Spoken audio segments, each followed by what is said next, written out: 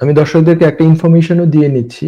সেটা হচ্ছে যে ইদানিংকালে আমি বেশ কিছু প্রশ্ন পেয়েছি। ইদানিং অনেকের ২০২১ সালে যারা এসছেন এই দেশে স্কিলড ওয়ার্কার ভিসায়, পরবর্তীতে আরো যারা এসছেন, আম কিছুটা পরে এসছেন, তারা অনেকেই তখন হয়েছিল যে ভিসার জন্য ওনারা অ্যাপ্লিকেশন করেছেন ইন্টারন্যাশনাল থেকে। তখন তাদের কিছুটা প্রবলেম যেটা হয়েছিল যে ভিসা কোনো কারণে পেন্ডিং ছিল, কিংবা জব স্টার্ট ডেটের পরে অ্যাপ্লিকেশন করা হয়েছে কিছু পরে, তারপরে ভিসা যদিও হয়েছে, কিন্তু দেখা গেছে যে ৩ বছরের যে কোর্স ওনার এখানে আসতে, আসতে আরো ৩-৪ মাস পরে উনি এসছেন। ৩ বছরের চেয়ে কিছু শর্ট ছিল, কিংবা ৫ বছরের কোর্স ছিল, কিন্তু এখন দেখা যায় ভিসা যে মেয়াদ পেয়েছেন এখন পুরো ৫ বছর পূর্ণ হয় না। ভিসার মেয়াদ হিসাবে তার কিছুটা কম হয়।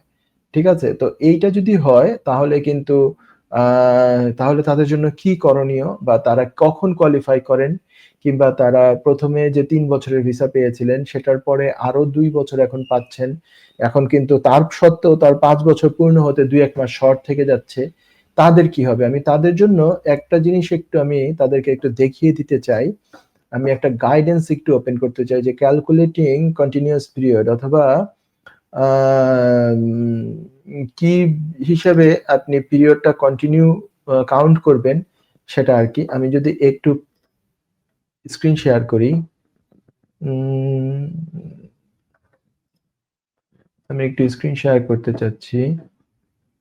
স্ক্রিন শেয়ার তো আমি এন্টায়ার স্ক্রিন শেয়ার করতে চাচ্ছিলাম না। আমি আরেকটা অন্য একটা অপশনে যাই। There are so many options around. Slides and PDF. আমাকে কয়েক সেকেন্ড যদি সময় দেন আপনারা, তাহলে আমি একটু দেখাতে পারি। এরকম যেহেতু এখন আমাদের যারা স্কিলড ওয়ার্কার ভিসা এসছেন ৫ বছরের জন্য, তারা এখন অনেকেই হচ্ছে যে তাদের সময় ঘনিয়ে এসছে সেটেলমেন্ট অ্যাপ্লিকেশনের জন্য। আমরা এখন সেটেলমেন্ট অ্যাপ্লিকেশন করা হচ্ছে, ইদানিং শুরু হয়েছে অ্যাপ্লিকেশন গুলো করা। তাই আমি এই জিনিসটা সকলকে একটু দেখিয়ে দিতে চাই। এই জিনিসটা যদি একবার দেখিয়ে দিই তাহলে আমার মনে হয় অনেকের উপকারে আসবে। আমি এখন শেয়ারে দিয়ে দিচ্ছি।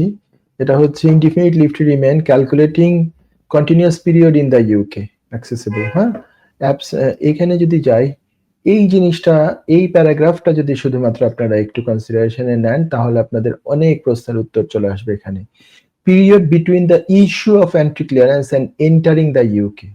এন্ট্রি ক্লিয়ারেন্সের ইস্যু ডেট থেকে, কিন্তু অ্যান্টি ক্লিয়ারেন্স যে ইস্যু হয়েছে সেখান থেকে আপনার আসতে ধরে নেন দেরি হয়ে গেছে ৩ মাস, কোনো কারণবশত ২-৩ মাস।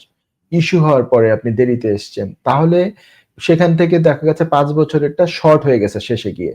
তাহলে কি হবে? এখানে উত্তরটা হচ্ছে the period between entry clearance and entry clearance being issued and the applicant entering the UK may be counted towards the qualifying period. মানে আপনি এই দেশে আসেন নাই এখনো, কিন্তু ভিসা হয়ে গেছে। ভিসা ডেট থেকে কাউন্টিং শুরু করা যেতে পারে। এদেশে অ্যারাইভিং মানে এন্টার করার ডেট থেকে না, শুধু ভিসা হওয়ার ডেট থেকে কাউন্টিং শুরু হয়ে যাবে। কিন্তু কিছু কথা আছে এখানে। Any absence between the date of issue and the entry of the UK count towards the 180 days allowable absence in continuous 12-month period.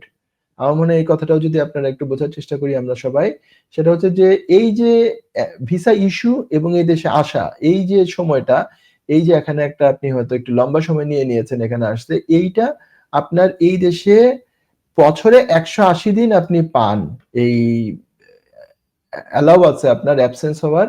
সেটা আবার কি ইয়ের মাধ্যমে আপনার এমপ্লয়ারের পারমিশন নিয়ে যদিও, তারপরেও এই যে এই অ্যালাউয়েবল যে পিরিয়ডটা এইটা থেকে মাইনাস হবে। ধরে নেন আপনি ওই বছর আসছেন, যে দেশে আসার এই ইউকে তে আসার পরে আপনি আর দেশে যান নাই ২ বছর ৩ বছরের মধ্যে। ১ম বছরে যে ১৮০ দিন পান, সে ১৮০ দিন থেকে ওই ১ম এ যে দেরিতে আসছেন, ধরে নেন আপনি ৩ মাস পরে আসছেন, ৯০ দিন পরে আসছেন, তাহলে এই ১৮০ ৯০ এখানে মাইনাস হবে। তো এইটাই আরকি। The applicant does not need to provide evidence to demonstrate the reason for delayed entry. কেন আমি ডিলে করে এই দেশে ঢুকেছি, এটা কোনো আমাকে এভিডেন্সও দিতে হবে না। If the delay is more than 180 days, you can only include time after the applicant entered the UK in continuous period calculation. বোঝা গেছে এটা? যে আমি যদি মানে ৬ মাসের চেয়েও পরে আসি, ভিসা হওয়ার ৬ মাসের চেয়েও পরে আসি, তাহলে কিন্তু আবার সমস্যা হচ্ছে যে ভিসা যেদিন আমি এই দেশে অ্যারাইভ করলাম সেদিন থেকে কাউন্টিং শুরু হবে। সো যারা ইদানিং সেটেলমেন্ট এপ্লাই করবেন, কারো যদি এই ধরনের ইস্যু থাকে, আমি বলব যে এটা হিসাবে কনসিডারেশনে নিয়ে তারপরে আপনারা অ্যাপ্লিকেশনটা করবেন। এটা কিন্তু একটা সূক্ষ্ম একটা ব্যাপার। আমি দেখেছি অধিকাংশ মানুষ এটা জানেন না।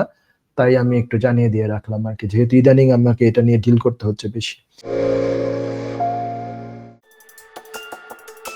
যুক্তরাজ্যের ভিজিটর ভিসা নিয়ে দুশ্চিন্তা? আপনার আত্মীয় বা বন্ধুর ইউকে ভিজিটর ভিসা রিফিউজড হয়েছে? আপনি কি জানেন হোম অফিসের এই সিদ্ধান্তের বিরুদ্ধে জুডিশিয়াল রিভিউ করা যেতে পারে? উইলডেন লিগ্যাল সলিসিটার্স নিয়ে এলো ইউকে ভিজিটর ভিসা রিফিউজালের বিরুদ্ধে নো উইন নো ফি বেসিসে জুডিশিয়াল রিভিউ করার ব্যবস্থা। জি, ঠিকই শুনেছেন, নো উইন নো ফি। তার মানে আপনি আমাদের ফি শুধুমাত্র তখনই পে করবেন যখন আমরা আপনার জুডিশিয়াল রিভিউতে সফলতা এনে দিতে পারবো। আমাদের রয়েছে দীর্ঘদিনের অভিজ্ঞতা সম্পন্ন দক্ষ ইমিগ্রেশন সলিসিটার্স, যারা সর্বোচ্চ গুরুত্ব সহকারে আপনার জুডিশিয়াল রিভিউ পরিচালনা করবে। বিস্তারিত তথ্যের জন্য যোগাযোগ করুন 0207 423 9977। Wilden Legal Solicitors, your trusted law firm.